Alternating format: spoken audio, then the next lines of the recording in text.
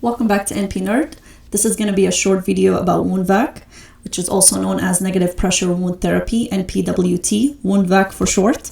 And we're going to talk a little bit about the role of the wound vac in managing chronic wounds.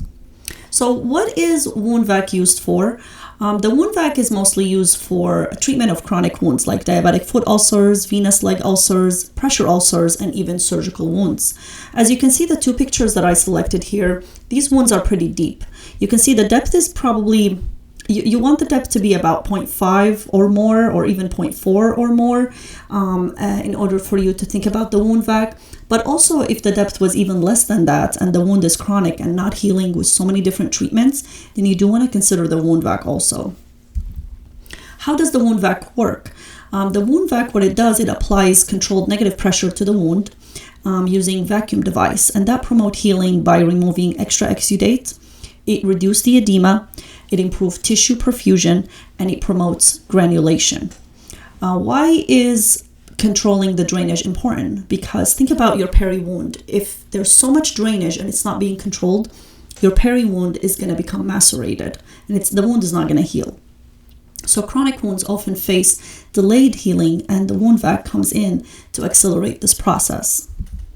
So this picture I like because you can see how the black foam is inside the depth of the wound, and you can see here in this little picture the micro deformation, which is how the black foam is pulling on the wound bed to close it. Effectiveness of wound vacs. There's a recent study by Gooch that demonstrated that the wound vac effectiveness in diabetic foot ulcer, it shows a 50% wound size reduction after 8 weeks compared to 20% reduction when only standard care was used. So wound vac definitely showed the wounds got smaller faster and more effectively also.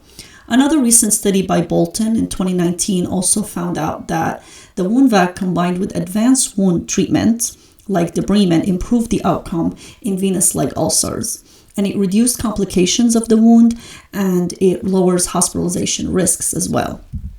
So the wound vac is not for everyone.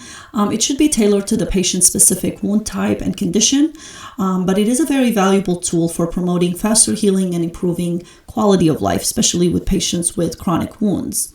And in order to apply a wound vac, you will need an order from the provider, either from an MD, DO, nurse practitioner, or a PA. And the provider will assess the patient's overall health, what medications they're on, the wound status, and how long it's been there, and determine if the patient is eligible for the wound vac, because the wound vac can be contraindicated in some cases.